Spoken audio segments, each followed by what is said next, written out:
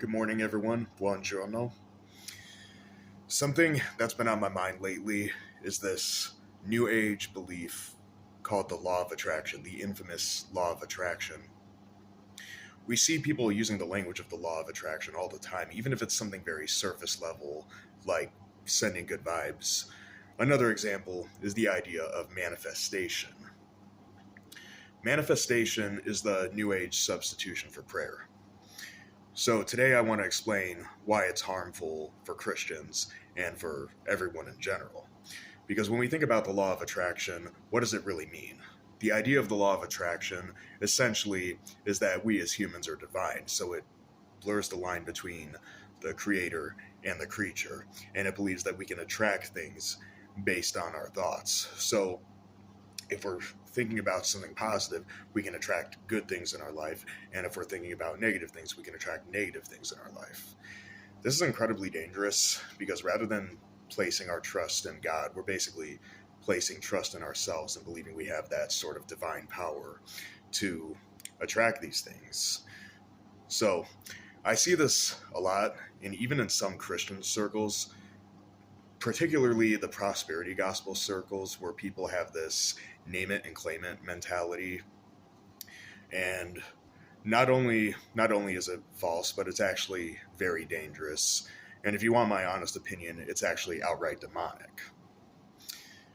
Especially for someone who suffers with OCD or scrupulosity, such as myself. Because when you think about it that way, when you have OCD and you have intrusive thoughts, the law of attraction becomes something incredibly terrifying. When you have OCD, you start to think about things, and a lot of these thoughts you get are unwanted thoughts, and the more you try to push them away, the more they keep coming back. So the very philosophy that you attract negativity when you have negative thoughts is absolutely terrifying or even paralyzing for someone that suffers from OCD or scrupulosity.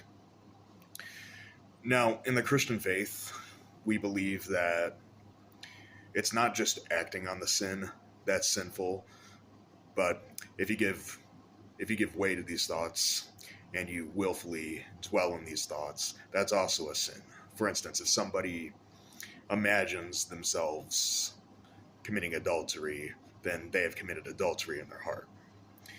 When it comes to OCD, we may think about these things in an inadvertent way, and we try not to think about those things, but at the same time, that keeps the thoughts coming back.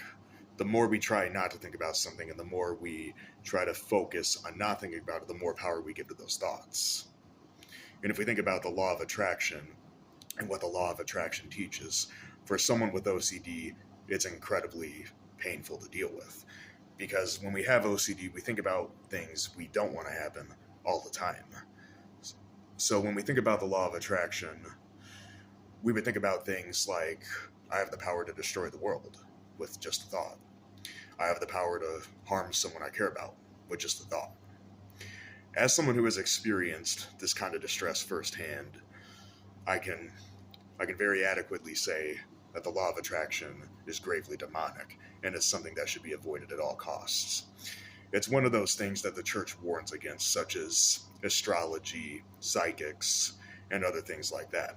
And a lot of people try to write it off as not really a big deal. And on the surface, it might not seem like a big deal, and it might seem like it doesn't contradict Christianity, but it does. And there are serious reasons why it does. In essence, we need to place our trust in the Lord rather than ourselves, and we need to rest in the Lord's grace and trust that His plan is greater than our knowledge. But the law of attraction teaches us the opposite. So in essence, the law of attraction is very harmful, and it needs to be avoided at all costs. It's definitely something worth looking into, and it's definitely worth looking into the harmful effects of the law of attraction. I just wanted to make people aware of it because a lot of people, like I said before, even in Christian circles, still use the terms manifesting, and it's not something that Christians should use. That's pretty much all I had to say for this video. Once again, I don't post very much, but thank you for tuning in, and God bless you all.